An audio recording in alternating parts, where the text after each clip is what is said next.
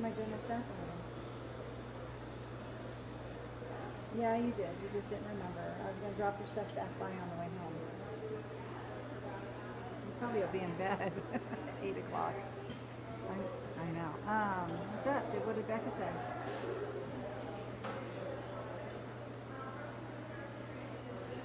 Okay, well, she didn't call back yet, huh? Oh well, she's probably busy.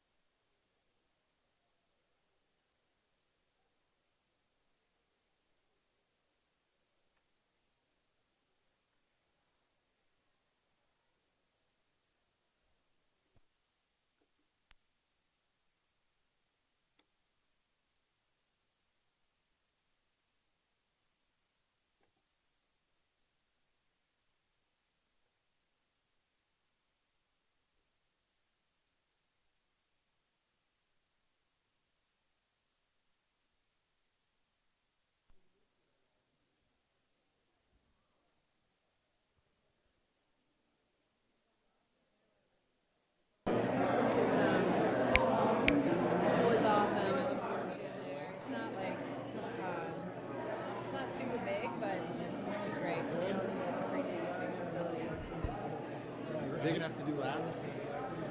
Yeah, there's a lab pool, yeah.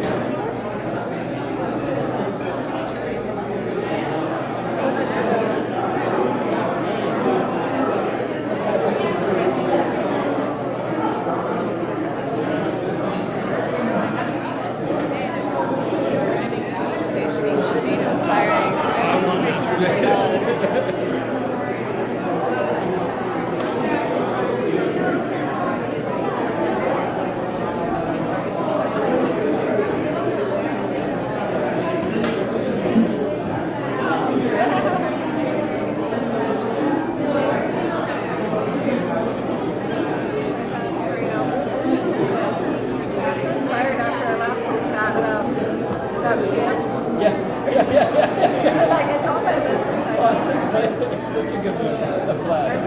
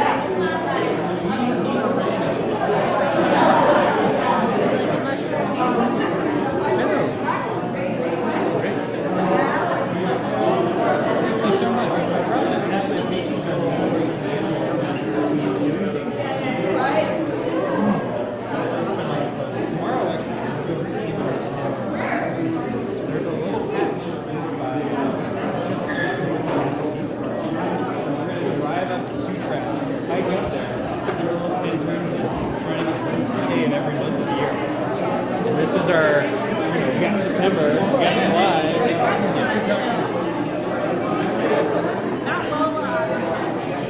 Where's that? Independence Lake on one side and White Rock Lake on the other. 1 second, top this off.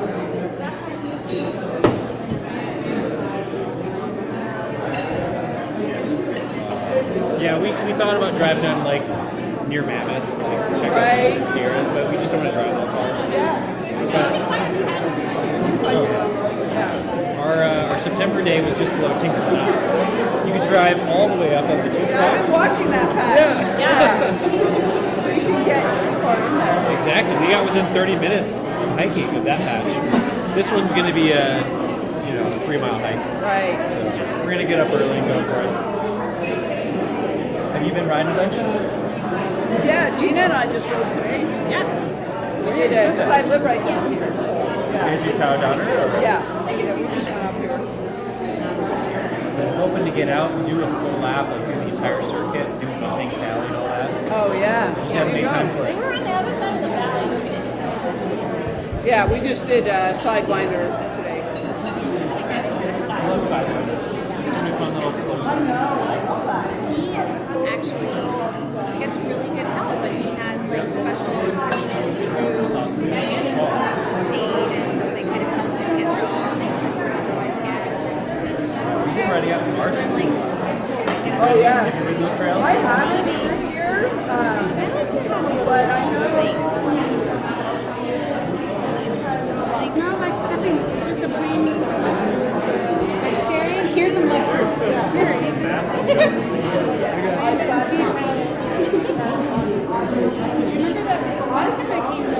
It's been beautiful though.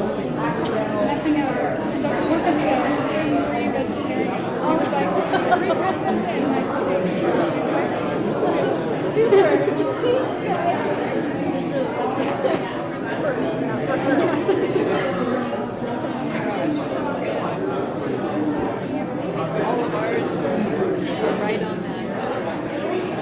The edge of the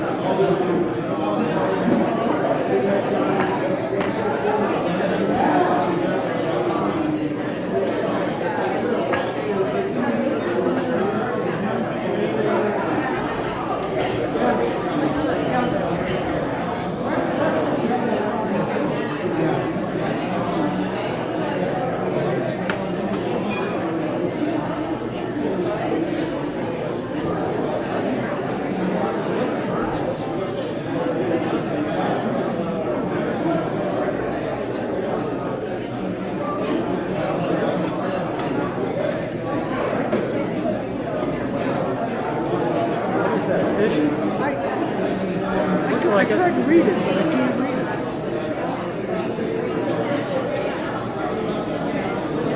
Oh, it's a chicken breast. Roasted vegetables, that's how we cook it almost every night. Yeah, my wife's good about that. Good evening, this is welcoming you all to the quarterly Meadows Lab meeting.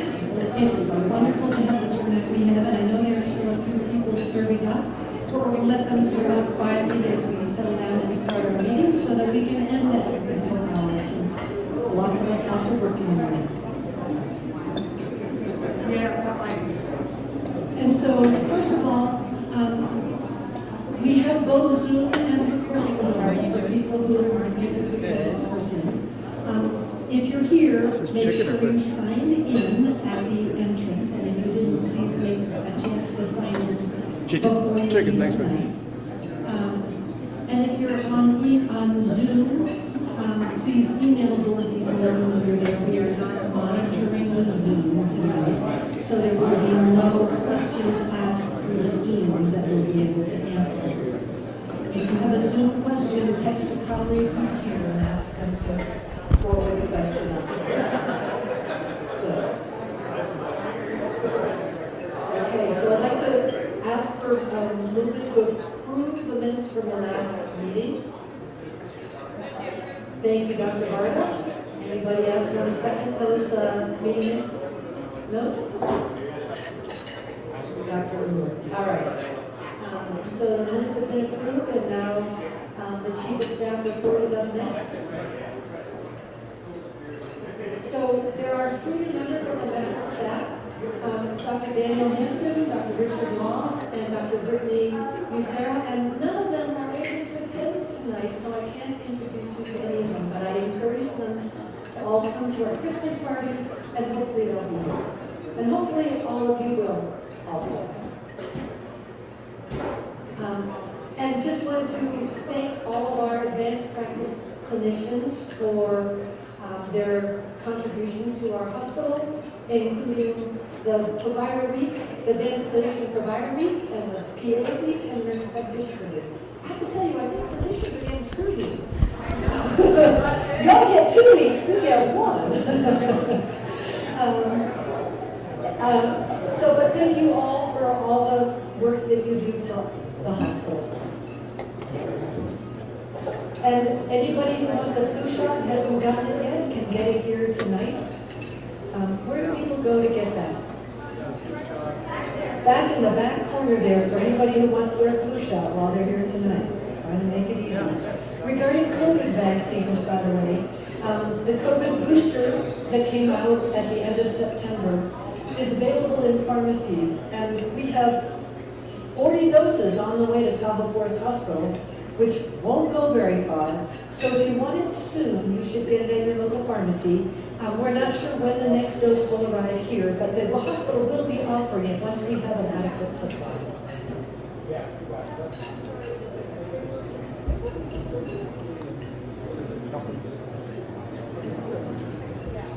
Okay, so there's a flyer on the table regarding the well-being committee, and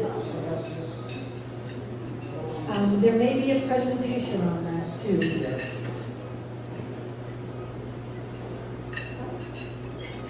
Do you know, is there going to be a little formal presentation on this, or is it just the flyer today? Okay, all right, so there's just a flyer today, and it's just a reminder that our well-being committee is here for providers who are experiencing a difficult time. There are 3 counseling sessions for free available to any member of the medical staff with either of 2 providers, and there are also collegial support offered for the members of the well-being committee, as well as the Nevada Physician Coalition, Wellness Coalition that offers a warm line. It's not covered 24/7, but it is available.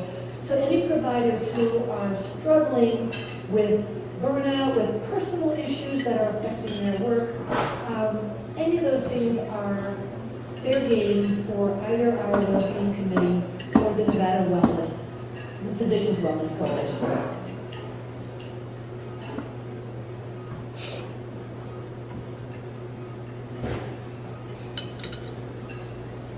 Okay, and so the draft of the medical staff calendar for next year, I don't think are we going to pull that up, Dorothy? Did you want to pull that meeting schedule up, tentative schedule for next year? No? Okay, it's on the table. I'm sorry, I didn't realize that. Okay, so these are the elections that are coming up: the secretary-treasurer, the member-at-large, and then medicine, surgery, and incline village committee are all due votes for new members. And I'm hoping that we'll get some fresh blood in here. The person who volunteers to be the chair of a department will attend the medical executive committee and will run their department meeting as well. There aren't a lot of other commitments, but there are some other things that come along with the role. And I hope that some of you who have been here a few years now might be willing to step out a little of your comfort zone and participate in some of the leadership activities. So we have a lot of compliments tonight, and I'm going to read a few, But then I'm going to do what I thought was an inspired move by Dr. Capel last quarterly meeting when I was home with COVID. And that is that I'm going to ask if any of you have a colleague you'd like to acknowledge here tonight for having gone above and beyond in some way that you saw or were aware of. So let's first read some of the compliments from tonight.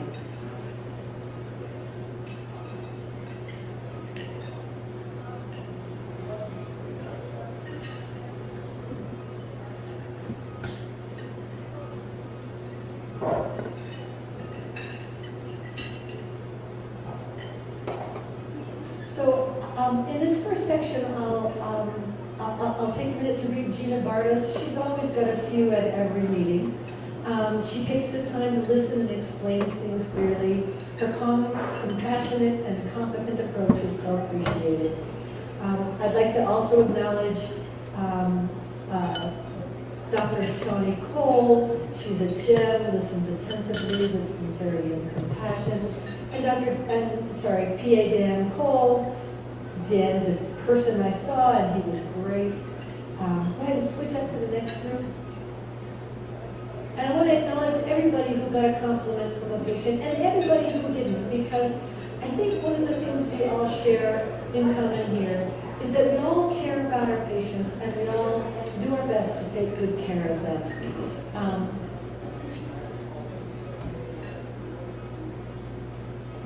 So keep going up a little further. So I love the comment about Jonathan Hagan that he gave me the decision of another surgery but didn't make me feel forced to have it. He went over what he would do and how it would help me in recovery time. You know, this is what we do with our patients. This is what all of us do with our patients, and it's nice to see it in writing from somebody. I think it's what we all know that we do and why we're here. Keep going up. There was one more I was going to read. Keep going, keep going, keep going, keep going. So Joshua Fenn. Dr. Fenn practices medicine the way it should be done.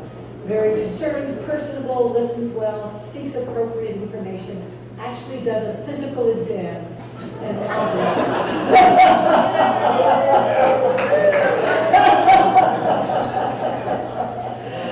offers guidance and advice. So I would love to acknowledge everybody, but I feel like at some point it starts to dilute the process. And so instead I'd like to move on to see if anybody has a provider that they'd like to acknowledge for having gone above and beyond in some way or done them a favor or been collegial in some way that, that stood out to them. I'm new here, and my collaborating physician, I'm a nurse practitioner, is Dr. Michelle Kim, and she is just wonderful. So she reviews my charts, gives me like information beyond the scope of that visit, and just has really helped me tremendously with my onboarding here. So appreciate Dr. Kim.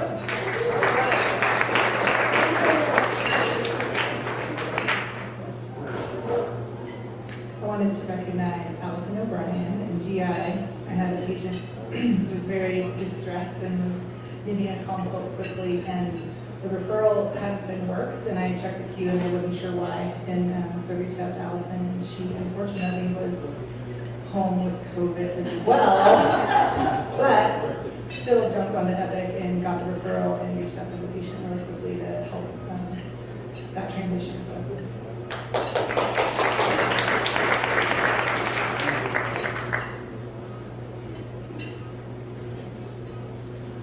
I want to acknowledge Greg Turdell because I had some patients with some serious pulmonary issues in the last month, and it's impossible to get in to see him when he somehow made room.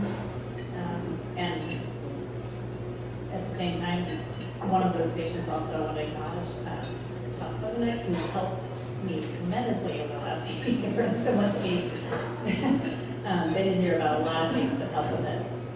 That's it. I really appreciate you guys.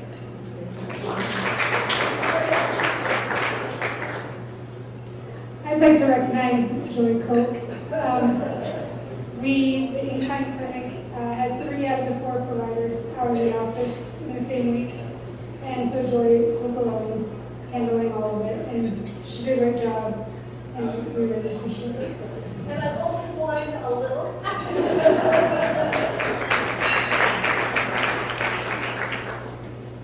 I'd like to recognize one of our ER docs, Claire Johnson. She's our Director of Education, and she's put together unbelievable educational seminars. We had one with pediatrics a month or two ago where a bunch of pediatricians and us got together. And then we just did one with a Zoom group from UC Davis where they came up and ran some mock codes where with us and the nurses and with everyone working together. But Claire's doing a great job.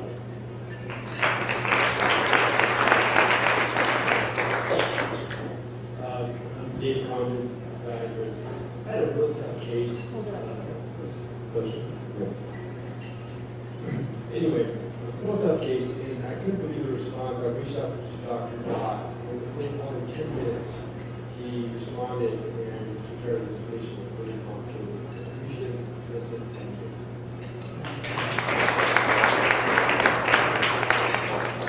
I want to acknowledge Jonathan Lowe. I've sent you a plethora of cases this past month. Going to please help. This is complicated. We've been able to get them urgently consult with providers. So extremely helpful. Thank you. I just wanted to give a shout out to Dr. Fiamengo, who always goes above and beyond for her patients. We've had some complicated ones. And turns out she's a case manager as well, so thank you. So I appreciate everything that you do and the attention that you pay.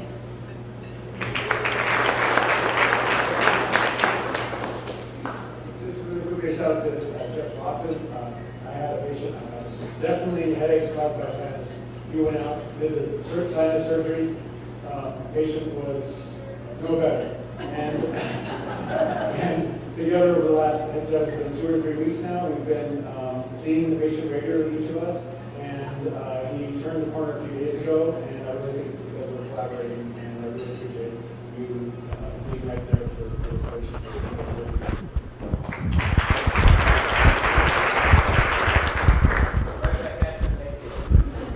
My own view is that the best antidote to burnout is feeling appreciated, not just by your patients, but by your colleagues. And so I hope that this will be a part of our quarterly medical staff meetings going forward.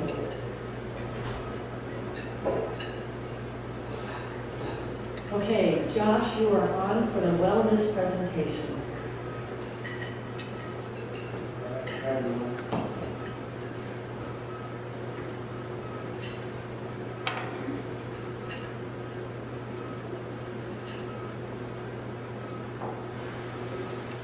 Okay, the other day, Joy, you asked me to provide some specifics on what I'm doing as wellness officer. Now, you had heard the 10-minute talk that I'm about to give to you all, the same talk. And I think you found it, I think you liked it, but found it a little bit vague. So I want to answer your question right from the start. And in doing this, I also want to give you a lens through which to hear what I have to share about the Stanford Chief Wellness Officer course, which I was privileged to go to back in August, and more specifically the course lessons on best leadership practices. So, as your wellness officer, I've taken on quite a few roles. My wife would tell you too many roles, and I think maybe she's right. So in addition to engaging both clinicians and administrators as a sounding board and as a conduit, co-chairing the Joint Medicine Committee and spearheading its reinvention and its rebuilding with a strategy of prioritized tactics. And working with my co-chair, Sam Smith, to launch new programs such as Nick Cohen's and Victoria Mercer's Healthcare Provider Support Group to combat burnout. And I hope you'll hear more about that from Nick or Brian or someone. Organizing social events. Promoting a conversation about the psychological and financial aspects of a wellness effort through regular Our Culture of Wellness letters. Are you all getting those? Because sometimes I send them out. Yeah? Okay, if you're not, please tell me. Learning about successful wellness strategies at other institutions and searching out opportunities to apply them here locally. Helping individual clinicians in distress who are frustrated, super burnout, or already on one foot out the door. In addition to all this stuff, I've been doing quite a bit of thinking about how our organization is structured, about our senior leadership, and about alternative leadership models. something that came up a lot at the Stanford Wellness Chief Wellness Officer Conference. Really more about collaborative leadership, which I believe would promote clinician professional fulfillment, more satisfied patients, and a better Tahoe Forest that serves our system's stated strategic priorities. So hopefully, Joy, this introduction answers your question. And I also hope it helps to frame what I'm about to share regarding the most relevant lessons from the CWO course, and most importantly, what this really means to all of us here at Tahoe Forest. So next slide, please. There we go. Yeah. Can you guys see that? It's a gladiola with some sunflowers in the back. So first off, I feel super lucky to be here presenting to you this evening on a few very colorful ideas. Ideas that I think have real blooming potential. Bright and light like a sunflower, deep and true like a gladiola in full bloom. It's an honor, it really is, to share with you what I learned. So thank you. Next slide. So it was also an honor to meet this guy at the Stanford CWO conference. Yes, I met Yoda. At Half Moon Bay in August, it's pretty dark and gloomy. It's not as dark as Dagobah, the swamp-covered planet, the forgotten world where Jedi Masters escaped the notice of Imperial forces. Here, amidst the clouds and crashing surf, the world's top CWO yoga, Stanford's Tate Shanafelt, went into action. So next slide. If nothing else, this was a leadership conference. So what is leadership? Here, CWO Yoda honored our 65th U.S. Secretary of State and American Army General and statesman, Colin Powell, by teaching General Powell's definition of leadership. Colin Powell said, leadership is solving problems. The day soldiers stop bringing you their problems is the day you have stopped leading them. They have lost confidence that you can help, or concluded that you do not care. Either is a failure of leadership. Either case is a failure of leadership. And however green or seasoned, we can all benefit from more skills, more humility, more humanity as we move into this unknown future together. And leaders are not just army generals. Tate taught us that we're all leaders. You're a leader. Yeah, you the guy who's kind of listening here tonight on Zoom, you're a leader too. And I'm a neurologist, I'm a dad, I'm a friend, I'm a brother, I'm a husband, and I'm also a leader. And we all have great potential as leaders. I learned, for example, that the role of the Chief Wellness Officer is to lead by influence. This is because the CWO rarely has authority. We also learned that those who have authority often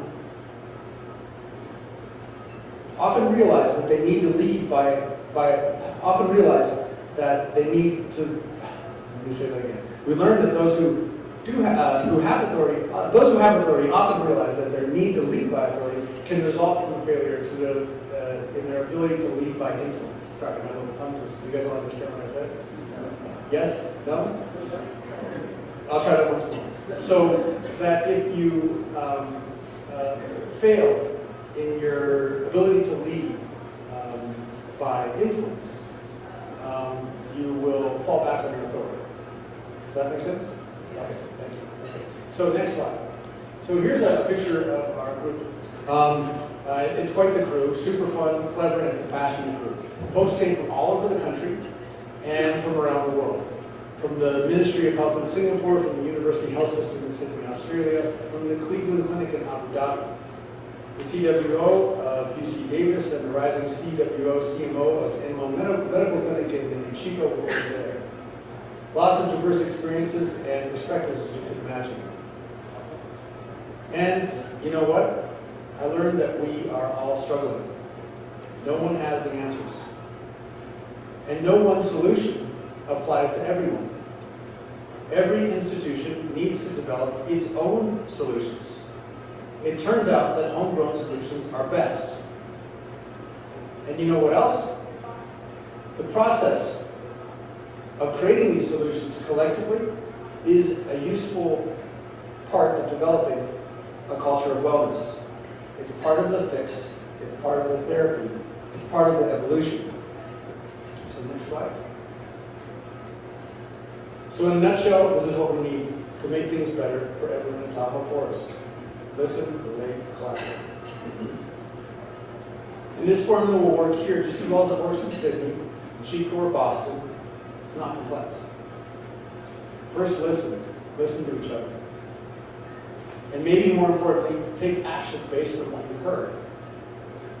It's not okay, for example, that we wellness people have surveyed you, but not provided you with the survey results or any real change in response to the insights that you've given us. Please note, this is about to change. Relate. It's all about relationships. It really is. Relationships are the basis of everything. This is a key principle in life and in leadership, and it's particularly important in the wellness space. Collaborate. This is where work becomes fun. I mean, that's what we heard here in the compliments. That's what's happened with me and Jeff, and happened with so many of you within my board. It's really where the magic happens. I'd be surprised if there's any dissent on that topic. And collaboration is really what the patients want most from us, right? They want to know that we're working together to make them better. So next slide. So yes, collaboration is the goal. But we are not there yet, as Gary Gray, our last CMO, pointed out to us not so long ago when he introduced to us Tate Shanafel's phases of well-being.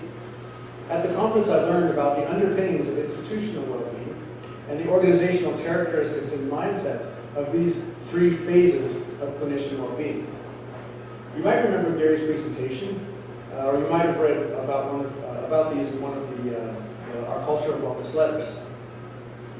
The goal is to move from the era of distress over here on the left, right? And closer to well-being 2.0, and specifically to physician and administrator collaboration. Basically, you can see here that action, shared responsibility, professional fulfillment,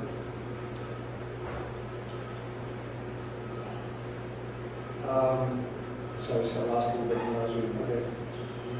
Oh yeah, professional fulfillment, and not least collaboration, are the tenets of the most evolved phase over here on the right, which is well-being 2.0. We want to say bye-bye to the era of distress, where not least physicians and administrators function independently. But wait, why do we need to evolve in the first place? Why not remain in the dark ages? With focus on institutional needs, with neglect, with a rigid environment? Well, it's because here at Tahoe Forest, many clinicians are in distress. Just look at our male well-being index numbers and compare them to national benchmarks. Because it makes financial sense. Because it's the right thing for all of us. For administrators and clinicians alike. For patients whom we serve collectively. Next slide. So how do we make it happen? How do we continue to adapt and evolve together and grow as a health system? It's through an evidence-based, unit-level approach. With a coordinated, synergistic effort across the institution, drawing on the experience and expertise of both clinicians and administrators, as well as the local know-how of those being directly served by the effort. At the conference, I had the awesome opportunity to be part of a 5-day breakout working group, and there's a picture of my group, on just this topic of unit-level change. So next slide. We prepared an intervention together with the group. And then next slide. And then we presented it to a panel of experts. These were the speakers at the conference. Systematically following a process that we built and own is cool because it works and it is very effective and engaging to all involved. Why? Because it's ours. It's not a top-down mandate. It's what we want. and know we need because it serves our patients best. No more discoordinated efforts. No more silos. No more platitudes, please. In short, the biggest advantage of this type of approach is that it's an inclusive approach, which draws on existing unit-level strengths for system-wide growth. So more to come on how this might work at Tahoe Forest. Next slide. Next slide too. So the way we bring about, the second way that we bring about change is by listening to Yoda. Here's Yoda again, the tape Yoda. And others to harness their wisdom.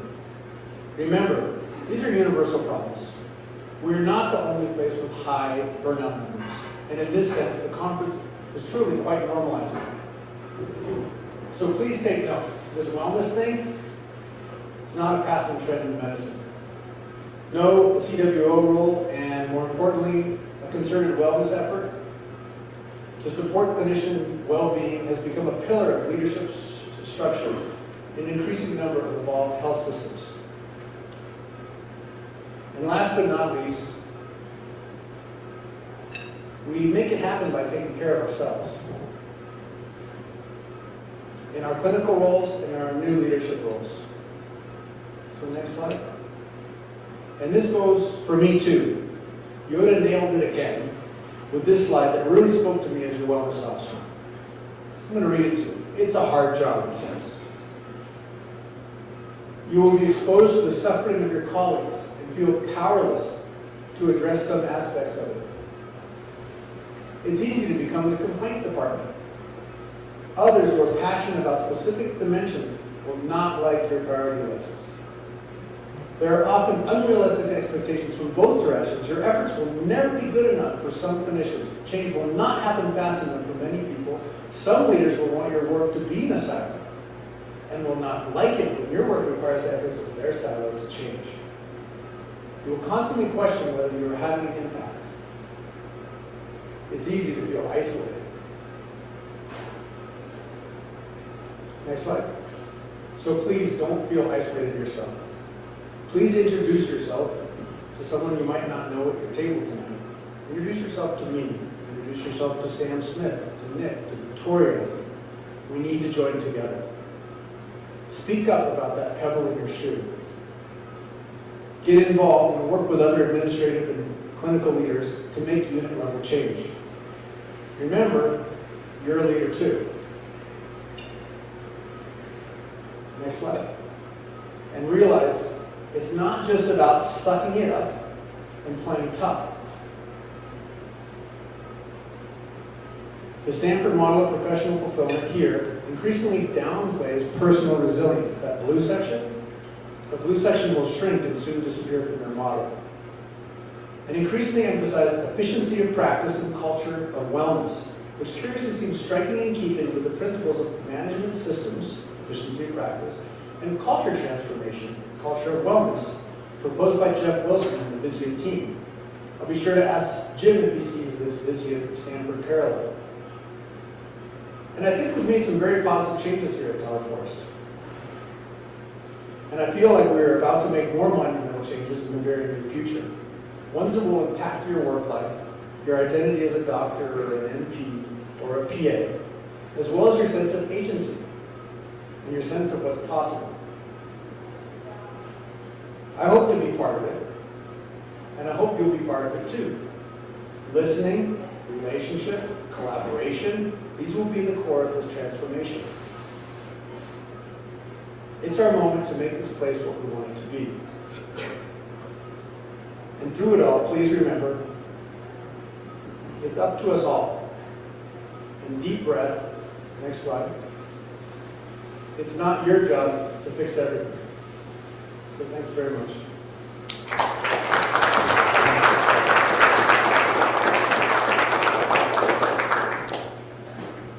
Thank you, Dr. Price. All right, we now have our administrative sessions, and so we'll start with Mr. Harry Weiss. Thank you, Dr. Koch and Dr. Kreis, very much. Very important information for all of us to reflect on. I want to just say a tremendous thank you to each of you, and I really enjoyed hearing the commendations team member to team member as well.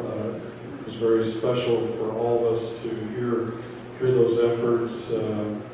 And today, it's been really a busy 2023, and we just want to acknowledge, your tough efforts all year long, and you work hard all year long, and it's also hard to believe that 2023 is so rapidly ending. We're getting into deep October already, and so we're hopeful as you've been so dedicated on our patients that you will take some time later in the year so that we can visit and have some. It's important to work hard, but also to play hard a little bit.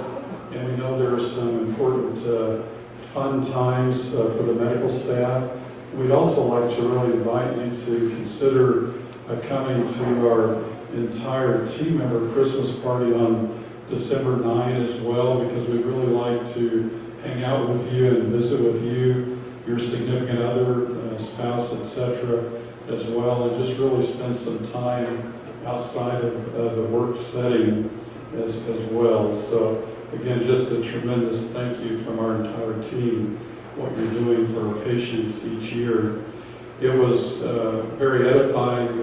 Today we met with a large group of Northern California CEOs, the Hospital Council of Northern California and the California Hospital Association to review some recent laws that the state of California has passed, and just to hear in the CEO roundtables the dilemmas that other Northern California hospitals are facing. And it really brought home kind of the solemn reality that we all face as they talked about extreme difficulty to recruit and to retain medical staff or other individuals, and the lack of access for their patients and so forth.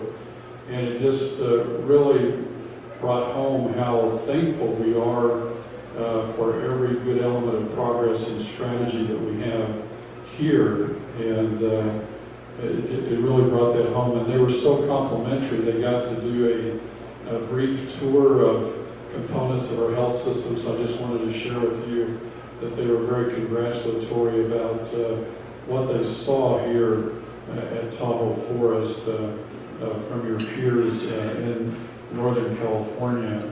And I'm going to have a privilege to visit with 4 or 5 other hospitals, Carson City, South Lake Tahoe, Placerville, Mammoth area on Monday as well, to visit with challenges or successes that they're having, because it truly is a toughening time in healthcare.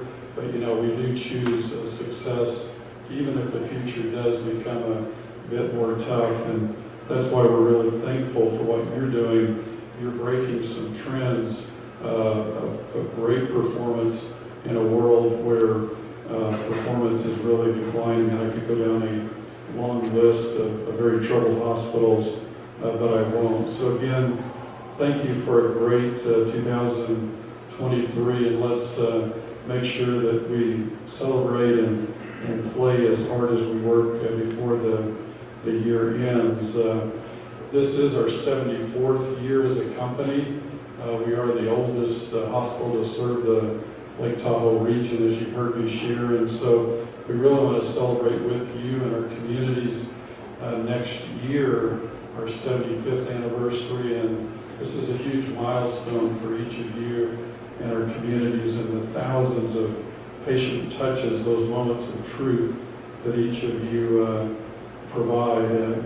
Also this month, we're going to celebrate your performance and our entire team performance at our October board meeting. It's a small illustration of our annual accomplishments and those forward progress elements that each of you have helped us to achieve to honor our patients. And so we really look forward to sharing that with you. And it'll be out there in perpetuity on TFHD.com. You can just type in under search annual accomplishments, and you'll be able to see that as we try to really honor you and all of our team members and our patients for what we're trying to do in terms of new innovations, new areas of success to keep our patients healthier in the future. And wellness is a very big part of our board and our team's deep belief system going forward. So not just the sickness industry, but also the wellness industry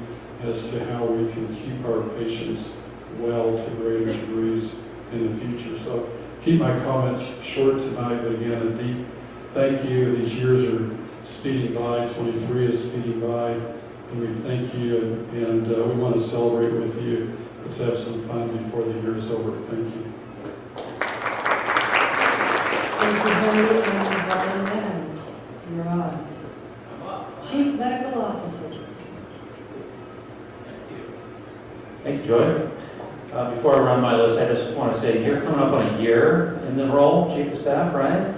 You have done an outstanding job. I just want to thank you for your availability, your energy, working through complicated problems, and always thinking about what is best for our community, for our patients, and this medical staff. So you guys really owe a lot to Dr. Koch. Huge, huge upgrade to Dr. Okay, so I was at a cocktail hour, and somebody came up to me, who was it, who said, oh God, you're not going to talk about management systems again, are you? How many of you, first of all, how many of you don't know what I'm talking about, management systems? Raise your hand. Okay, all right. Dave, you know, come on, man, you know. So I decided I'm not going to talk about management systems again. I did it 4 times at the town halls last week. I did it at our partnership council. I've had multiple conversations about it. Sending out these 30 emails about management systems. So hopefully some of it's starting to percolate. But the question is how to get the message out there. So instead of me running through all of it again, I'm going to ask one of you to give me an elevator speech. What is management systems? Why do we need that at Tahoe Forest? And just to sweeten the deal a little bit, if you get it right, you win a box of toffee right now. Who's ready? Could be anybody. Nick, are you in? No, I'm not in. I just wanted to say, I won toffee in the past and I broke my crown. It cost me $700. There's a warning in the box. Yeah, I mean, I think a physician recommended it, but not dentist recommended it. I'm very sorry. Keep it going. All right, so you definitely don't want to do it. Anybody else want to take me up on this challenge? Otherwise, I'm going to have to launch into a 30-slide, 2-hour presentation on management systems. Pressure is on. Come on. Who knows it? Really? You? Joe, you want to take it on? Okay. So as I understand it from having attended the Partnership Council meeting, the management systems approach is attempting to streamline the processes that we currently go through that are currently different in every part of the hospital. We're trying to get them somewhat standardized so that we can increase our efficiency and improve patient and provider and employee satisfaction. Very nice. Here's your box of coffee, Joy. Be very cautious with that. Red wine, by the way, softens it quite a bit. So that was excellent. And there's a couple more things I think that are really important to think about with management systems. One is that it is a connection between the strategic priorities of the organization and what we're doing every single day.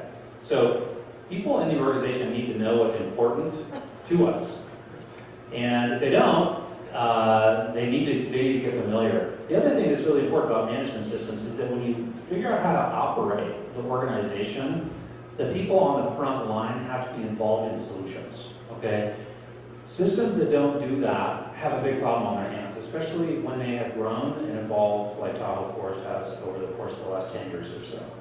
So what we are implementing is really geared towards that, getting the frontline people to be involved in solutions. Okay, so how many of you know what the first attempt is to implement management systems at Tahoe Forest? This is not for toffee, this is just a question. Access to care, that's our first project. which are the focus areas that are actually involved in our Access to Care project that have already started their work? Some of you have been involved in this. Gene, you've been involved in this. Diagnostic imaging, primary care and Truckee, OBGYN, Access Center, one more, I'm not sure somebody said. Pediatrics, thank you. Yeah, say it loud. These are the areas that were found to be very significant priorities in the system. Lots of opportunity, shall we say, with patients moving through the organization, getting appointments, getting referrals, getting authorizations, trying to reduce the clunkiness. So some of you have been very involved in that, and up to your eyeballs in these projects. We've actually had 5 full-day mapping sessions on what our current state is, which is a lot. It's a huge amount of work. And we've actually identified significant problems and some potential solutions. And that's our next phase, is looking at these solutions and implementing those, okay? So if you haven't been involved in this yet, it is very likely you will be involved in it because it will touch every aspect of this organization over the next 20 months or so. And it really will transform what we do. And if we didn't do this, we don't do this, we will continue to have lots of inefficiencies, lots of silos, lots of disconnection across the system. So very good. Enjoy the toffee. Thank you. At least I got one volunteer. I do want to mention Partnership Council. I've been asked, what's that all about? This is a group of clinician leaders who have been duly designated either by virtue of the fact that they're a medical director or some other leadership role. We meet once a quarter. Many of you in this room are part of this. And we've covered a number of different topics. We have talked about management systems there, as Joy mentioned. We have talked about finance. We've talked about master planning. We've talked about some other things. I want to take another look at it and look at whether it is meeting our needs. Once a quarter is not super frequent. I want to look at the attendance. I want to look at the topics. I'm going to be pinging a number of you about that. If you attend that, you're going to get an email about how can we upgrade it to make it more effective for all of us. I also want to talk about, this does not apply to every person in the room, but it's a good example of how things should be determined and decided as we make changes to our organization. So many of you in this room, part of your contract is engagement bonus. When I first came to this organization, I was told, Brian, you need to change the engagement bonus. You need to restructure it. I did not do that. I did not do that. Top-down decision-making isn't super helpful, especially when it comes to people's pay. So what we did instead is we gathered a group of people who are in that pool, and we argued quite a bit for quite a while, came up with no consensus. We then pinged every eligible person who gets engagement bonus to get their input into what might be a better solution for us, and then those changes were implemented, and that was the outcome of that. That's the way we're going to do things, generally speaking, with regards to changes at Tahoe 4, especially related to medical staff. I don't want to make top-down decisions that just affect everybody. It usually doesn't work. So it slows things down a little bit sometimes to get people's input, but I think it's absolutely crucial. I want to mention one other thing, maybe 2 other things. Leadership development.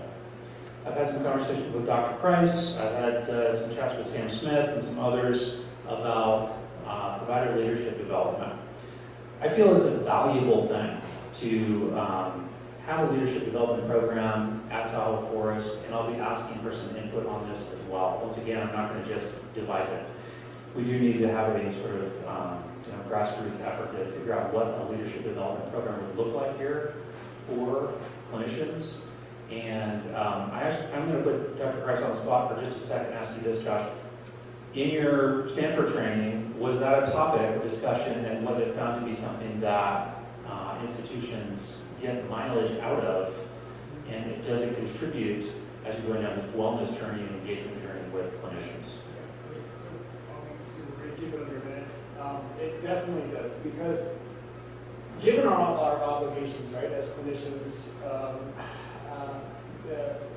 given everything it took with our to get here, with our schooling, our clinical practice, and so on, where did we pick up those skills?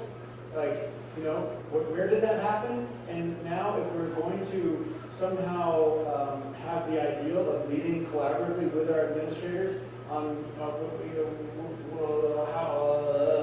do we do this, right? And so we talked about this a lot. The flip side of that is, how do our administrators learn about what we do? That's a discussion for another day. Thank you very much. Okay, so more to come on that. Expect some emails. I want to mention Journal Club. So Journal Club, we've done a couple of times. We're going to do another Journal Club, and I think I'm looking at November 7th or 8th, potentially.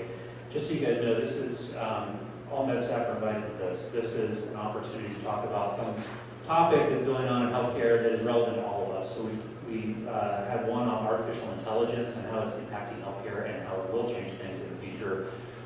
Our second one was on brain hacking, dopamine, a number of different other things related to brain hacking. Jonathan was not there. You really should have been there, Jonathan, because you are a brain hacker.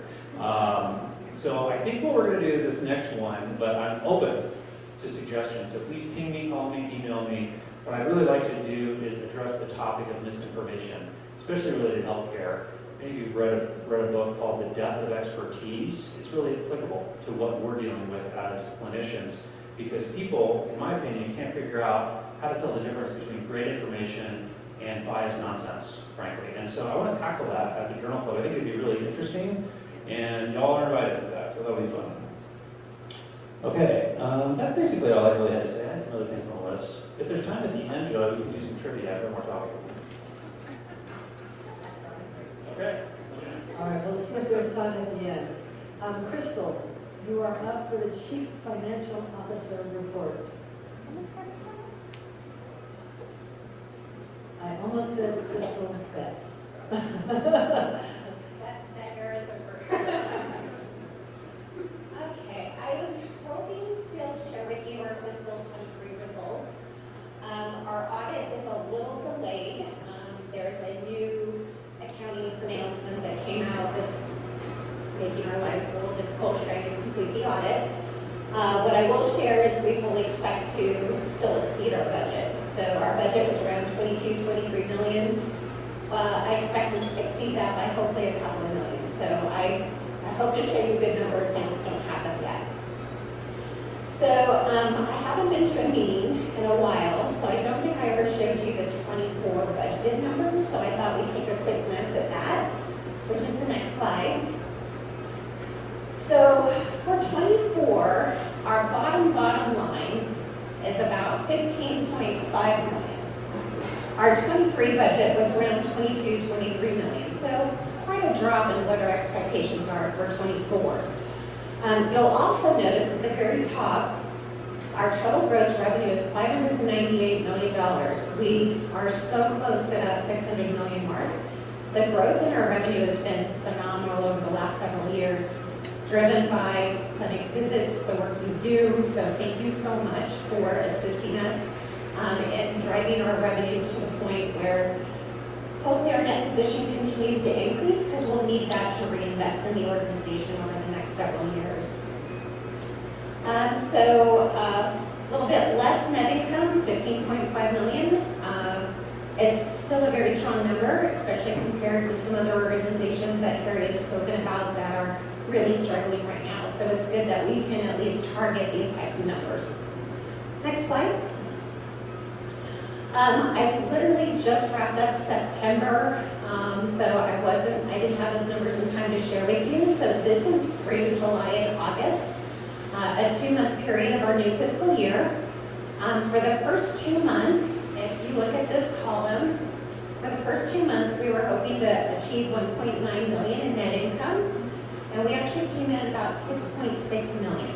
So we had a very strong first 2 months, which was not the case last year. The first 2 months of 23 was dismal. So it was very nice to see stronger numbers to kick off this fiscal year. I will tell you, September is not as pretty. We actually have a loss in the month of September. And so that 6.6 million is not going to be as good once we end our first quarter. And we're seeing some interesting shifts in our payer mix. So in September, we saw a 7% shift out of commercial, and 4% of that went into Medicare, and the other 3% went into Medi-Cal. That's a huge shift for Taco Force. Usually we see this in commercial insurance. So it's being reflected in that line that says contractual allowances. You'll see we have a negative variance of almost $5 million. and that will be even more when you see the numbers at the end of September. So I wanted to graphically kind of show you what the payer mix looks like, so if we can go to the next slide. So this is how we ended fiscal year 23, is this column. This is what we budgeted for 24. This is what we thought the payer mix would look like in the first 2 months of fiscal year 24. And this is what it actually ended up looking like. So in this case, it's showing in red that our Medi-Cal slightly dropped against budget. But if you look at that dark blue line kind of in the middle, that's Medicare. Went straight up. And when you see this at the end of September, that Medi-Cal number is going to come up and kind of plane out. So interesting dynamic in the shift in payer mix that we're seeing in this first 2 months, first quarter of fiscal year 24. Of course, we usually see more commercial insurance in the winter months. You know, our visitors that come to ski hills and visit our ED, visit our urgent care, visit our OR, unfortunately for them. But at least we're here for them. So hopefully this trend gets back on track as we move through the fiscal year. If not, what that means is our net revenue will be a lot lower, and net revenue equates to cash. So we don't have as high predictions for net revenue that are coming in the door. We'll have less cash to work with throughout the year. So that's just a brief update on where we're at through August of 24. For those of you that were in Partnership Council, you got to see a lot more than that. And I think at some point I may be asked to share that data with you guys so you can kind of see what our financial forecasts look like in the future. But that's what I've got for you right now. Thank you, Crystal. And Jan and Ida, you're up for the Chief Nursing Officer report. Thank you, Dr. Cook. Good evening. So I'm just going to briefly let you know what's going on in the nursing world. First slide. So as most of you know, we started our telestroke program, which was very long overdue. And it started in August. 22nd was our go live date. And to date, we've already had 24 stroke alerts, which is amazing. 20 at Toggle Force and 4 at Incline. So the program is moving along very well. We've been very excited about it, and we're waiting for the next phase. That was phase 1. Phase 2 will hopefully begin in December. That will include the non-urgent consults for the inpatient unit or the ICU, and will also include our EEG program, which we're hoping to have begin in December. So that's for our telestroke program. Next slide. Falls. So any of you that are in the inpatient realm know that we really had struggled in probably the end of 2022 into the beginning of 2023 with falls. We were having several falls on our inpatient units. So we took a group and a committee that looked at this, tried to figure out what was going on and tried to figure out what we could do. We decided the yellow blankets weren't really working, or the yellow slippers, or the yellow armband, which should have been enough, but we decided to go with yellow gowns on those patients instead. And what we found is we also began our program with the chair alarms. So anybody that is a fall risk, we talk about every morning in our huddle, and we know if all those interventions are in place. And because of that, to date, we're 122 days on the inpatient side with no falls. So obviously it's working. Yeah, so big kudos to the ICU and med-surg staff for that. Next slide. So our e-consent project, anybody that works in the OR is kind of involved in this process. When we had our HVAP ACH survey, we did have a deficiency over our consents, our surgical or procedural consent. We are now moving to the e-consent, which is part of EPIC, which will then be able to be seen by everybody throughout the system, be able to see between departments, And it will actually make it a lot easier to see these consents on the day of the procedure. But not only that, we'll also have a separate consent for anesthesia and a separate consent for the actual procedure. So we're going to roll this out November, December, but it will start with the OR, obviously, the place that uses the consents the most, and in your offices, whether it's general surgery, ortho, GI. And then we will move it out next to all the units, including like the emergency room for those patients going for emergency surgery, and on the inpatient units too. So we are hoping that that will be completely completed by December. We are at the mercy of mercy for our epic, so we're hoping that all of that will go well and that we will be completed. So that's all I have for the nursing world at this point, but thank you guys.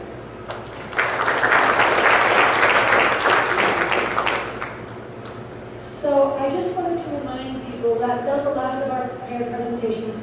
I just wanted to remind people that we do have the Christmas party coming up. That is the whole hospital Christmas party that's going to be down in Reno.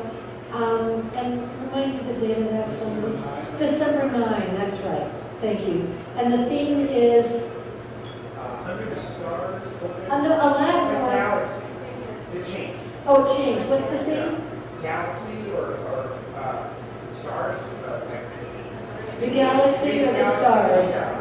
And it's really a lovely event. I've attended once. I'll admit only once, but I hope to attend again this year. And I think it's a worthwhile event for creating some collegiality with the rest of the non-medical provider staff at the hospital. In addition to that, there's the medical staff Christmas dinner, which is going to be on, I'm terrible with dates. It's December 7th? Okay, December 7th, and that's going to be at Palisades Tahoe. The Palisades Tahoe. Thank you, Janet. Thank God you're here, sitting there close enough that I can hear you. And so both of those events are coming up, and we hope to have a good provider attendance at the Christmas party, especially for the medical staff. It's really an event similar to this, except that there's more socializing and less business to attend to. There are raffle prizes, and if you do come to that event, please make sure you bring a new pair of gloves, hat, or socks to donate, because that's a part of the process. You get a raffle ticket for your donation. Thank you.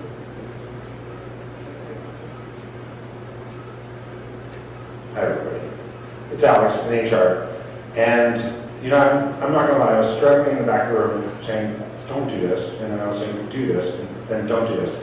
Since Dr. Cook was saying dates, also remember there's the Winter Sports Injury Symposium, December 4th. We're hoping to get Jeremy Renner there. He's pretty much committed, but it depends on the writer's strike, so we're leaving it up to that. Okay, so why am I here? I wanted to bring up a couple of things because as Dr. Christ was speaking and as you all were doing some of the gratitude things earlier, I wanted to say a few words. And I'm going to preface this with, you all are clinicians, right? And I'm going to tell you a quick story. And I don't know why I'm doing this right now, but I'm going to tell you a quick story. Some of you, if you've taken orientation very recently, and I happen to be on the month that I decided to tell the story, may have heard this. But let me tell you a quick story. Some of you may not know, was a firefighter. I was an EMT. I worked in that field for a long time. I worked in an ER for a long time. And I was, at the time of this incident, was driving out of town to take a vacation. I was going to go camping. And as I was driving out of town, a car, about 6 cars ahead of me, started to barrel roll. And I knew from my experience this was a bad crash. This was not good. And so I pulled over to the side of the road and I grabbed my first aid kit and I ran over to this car. There was still a wheel turning on the side. It landed up against a telephone pole like this, with the front of the car in bushes. I could not access the front of the car. All I could access is the back of the car. But in my first aid kit, I had a window punch. And I punched out the back window. And first I wiped the dust off and when I wiped the dust off of this window, what I saw was an elderly woman. Again, it's up on its side, but an elderly woman trying to hold her body off of an elderly dead man. This was a tragic scene. So I punched the window out, and I remember climbing through this car thinking, what am I going to do? Like, I knew immediately, as you probably all know as clinicians, I knew she did not have any immediate injuries that needed to be dealt with. I knew the man was deceased. And I just remember looking down and seeing the white skin on her wrist from the force of her trying to hold her body up. And I grabbed her hand and I squeezed it and I said, I'm not going to leave your side. So the paramedics showed up. This was after, as you can imagine, several minutes. Her body eventually relaxed. The paramedics showed up, and I remember introducing her to the paramedics that I knew. And so I introduced her to the paramedics, and I went to go let go of her hand so that they could extricate her from the car. And she squeezed my hand and said, you told me you would not leave my side. So there I am in the back of this car, laying down, thinking, well, I'm in the way. But the paramedics extricated both of us. They tried to get me to leave, but I didn't. But they did eventually extricate both of us. And they brought us to the back of the ambulance. And I remember at the back of the ambulance, I introduced her because I knew who they were. I introduced her, the patient, to the paramedics and said, these guys are going to take care of you. Like, they know what they're doing. I work with them. They're going to be great. And I went to go let go of her hand, and she squeezed my hand and said, you told me you wouldn't leave my side. So now I'm in the back of the ambulance, and I continue on with her journey to the hospital that I worked at in the ER. And I remember getting to the ER, and I introduced her to Dr. Joseph, who we call Doogie because he graduated med school when he was 23. But I introduced her to her, and I remember this time I didn't say anything. I went to go let go of her hand, and she just squeezed my hand. And then I remember sitting there with her for 3.5, maybe 4 hours, when eventually she let go of my hand and said, I understand you were going out camping, and you should go do that. I'm in a better place now. And I didn't really understand what was happening. I do remember I picked up I hitched a ride from an ambulance crew that was going back towards my car. They dropped me off at my car, which, by the way, was still running on the side of the road. Cops never even took out the car keys. But I remember going camping and doing my thing, and then about 30, 60 days later, the ER got a letter from this woman. And the woman went on to explain, she said, you know, we are elderly. We never had children or family of our own. All of our friends had passed. And all I had left was my husband. And in that moment, I was trying to think of anything I could do to end my life. Until God sent an angel to hold my hand. Now I tell you that story because you all actually have an impact on people's lives every single day. And I don't want you to waste it. I don't want you to waste it because you all are so important to our community, and every single day, you all have that impact. And whether you know it or not, people are talking about it. People are saying to their colleagues and their friends and their family, like, this doctor saved my life. Even if it's the littlest thing, like, I don't want to say a little thing now because that's going to make it bad, but even if it seems like the littlest thing to you, it's a huge impact to them. And I just don't want you to forget it. I'm an HR, for crying out loud, right? I was an EMT. I don't have the same type of impact that you all have every single day. And I just wanted to say thank you, and don't waste that. Thanks.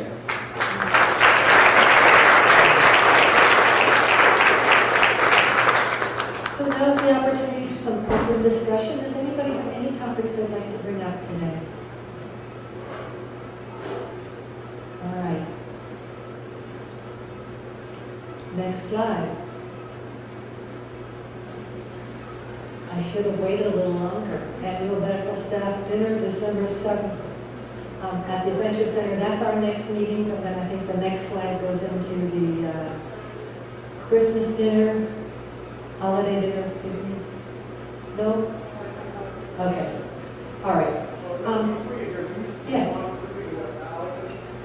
Again, super quick, less than a minute. I just want to say that, Alice, I don't know that you, where are you? You're back there.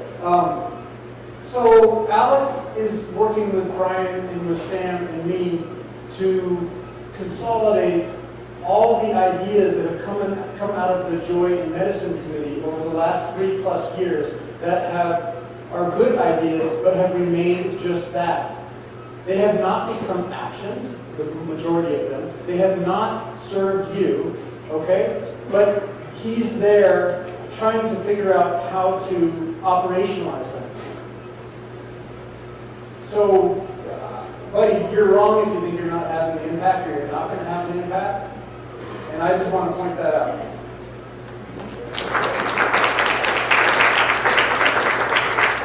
So it was just pointed out to me that this is actually an incorrect annual medical staff meeting announcement here.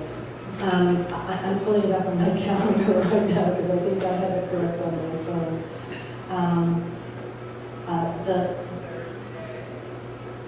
The hospital, the medical staff annual Christmas or holiday meeting is going to be